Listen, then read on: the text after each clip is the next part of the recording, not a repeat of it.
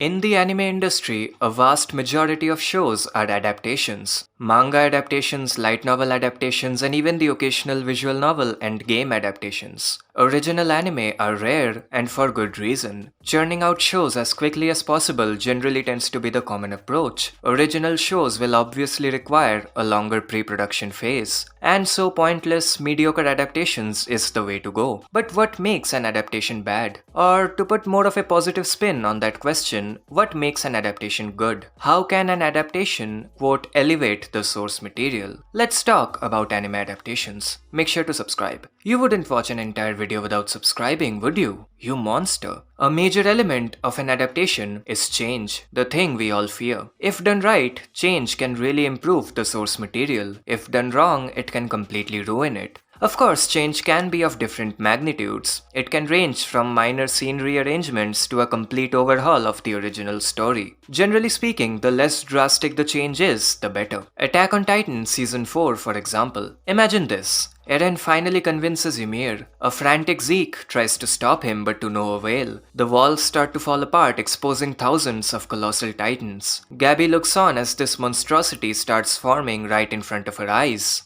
Cut to Eren and friends goofing around in Marley. That is exactly what happened in the manga. It wasn't too jarring in its manga form, but the anime had this amazing build-up, with the sky-changing colors and the incredible soundtrack going off in the background. A transition at this point would ruin this atmosphere. The team knew that, and so they rearranged the chapters and moved this particular portion to the final episode. Knowing the strengths and the limitations of a visual format and making changes accordingly is a must for a good adaptation. Another example is Demon Slayer. Now I won't be using any clips from this show for obvious reasons, but just imagine the final fight between Uzui and Gyutaro, that final stretch. And now imagine if they interrupted this spectacular fight and spent 30 seconds explaining Uzui's abilities, because that's what happened in the manga. The anime completely removed these lines of dialogue because the visuals conveyed the idea perfectly. Narration wasn't necessary. These small changes are important. Bluelock, for example, could have used many of these changes. The dialogue in the manga was bad enough, but hearing actual human beings say those things out loud adds an extra layer of cringe to it. Record of Ragnarok is another example. The anime didn't change anything about the flashbacks, and as a result,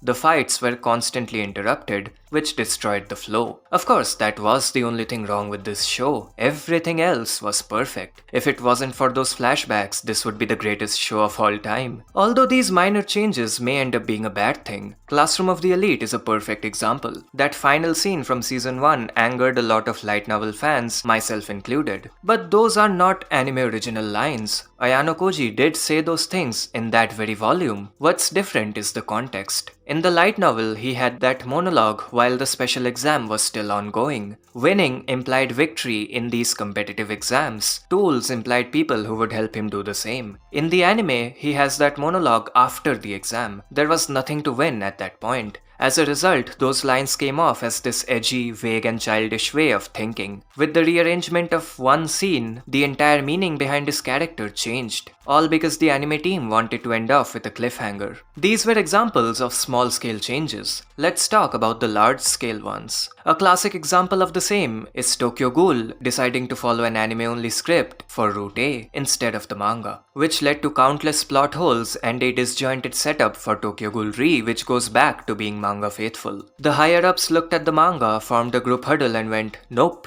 I believe Soul Eater did a similar thing, although I haven't watched the show, so I'll refrain from commenting. Also, of course, we have the don't adapt 200 chapters worth of content in 12 episodes rule. The God of High School, Promised Neverland and Fate Heaven's Feel seem to have a hard time following it. So, at what point does the change go too far? Well, I have an answer for you. When, instead of changing the way the story is told, the anime changes the story itself, it goes too far. At that point, it's a bad adaptation because it's no longer adapting the source. An anime which manages to change any element which might hold it back, all while preserving the original story and character motivations, is a good adaptation. Change isn't the only determining factor. Another crucial aspect is the presentation. And no, it's not just about the animation quality or the soundtrack. There's more to it than that. Anime is a visual and an auditory medium. It can use visuals and audio to further propagate the message that the source material is trying to convey. Let's look at Attack on Titan. Again, the rumbling is underway. Thousands of people are getting crushed, men, women and children alike. The soundtrack is this haunting, slow song which perfectly encapsulates the sheer terror of this whole situation. Now imagine if the team decided to use a hype-heavy track instead. Of course, no one in their right minds would do that, but if they did, it would be a spit in the face of the message that the source material is trying to convey. The track may be amazing, but this is not where it belongs. The same logic can be applied to the visual side of things. If a scene is trying to convey intensity, the visuals can help with that. If a scene is trying to convey sorrow, the visuals can help with that. Instead of relying on dialogue and exposition, an anime can employ the art of visual storytelling. The classic show don't tell principle, although it is quite rare.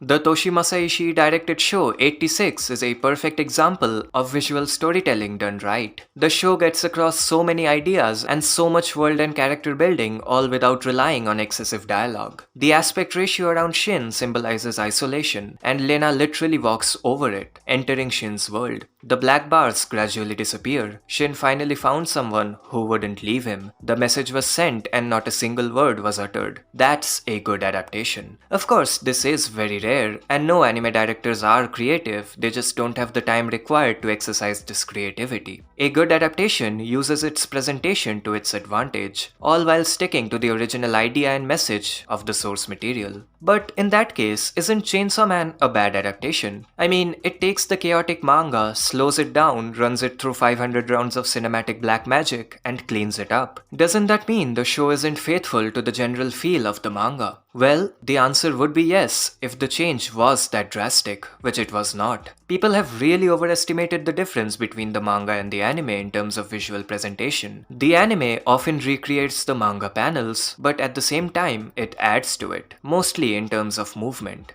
In the manga, Aki dismisses power and is immediately told to live with her, that classic Chainsaw Man abruptness and chaos. In the anime, we get this long, serene sequence highlighting Aki's peaceful and organized life. Does that mean the anime isn't chaotic? Not really. Power still appears abruptly, but the calm sequence makes the chaos stand out even more. If every scene is chaotic, chaos becomes normal and nothing is chaotic anymore. Scenes like this makes scenes like this stand out. Scenes like this makes scenes like this stand out. You get my point. There's another category of good visual adaptations, shows which don't exactly do anything different but still elevate the source material by simply looking very good. Oshinoko, for example, at least the first episode. It's very faithful to the manga from what I could gather, and many important scenes were panel for panel recreations. But each scene looked so good, largely due to Kanna Hirayama's character designs and heavy corrections. And that's fine, don't fix what isn't broken. If a source material can be turned into an appealing anime without any changes, do it. So yeah, an anime adaptation can do things differently and still be good. A show isn't a bad adaptation just because it skipped a line of dialogue. A show isn't a bad adaptation just because it didn't use the manga as a storyboard. That much should be obvious. A good anime adaptation is one where the original message and idea of the source material is preserved and the visual medium is utilized in a productive way. A good anime adaptation is one where the team goes that extra mile, either in terms of creativity or visual consistency, preferably both. A show which basically colors in the manga panels and adds a basic soundtrack isn't a bad adaptation, it's a mediocre one. A bad adaptation is one which does not respect the original source material and undermines the standout elements of the same. That's the difference.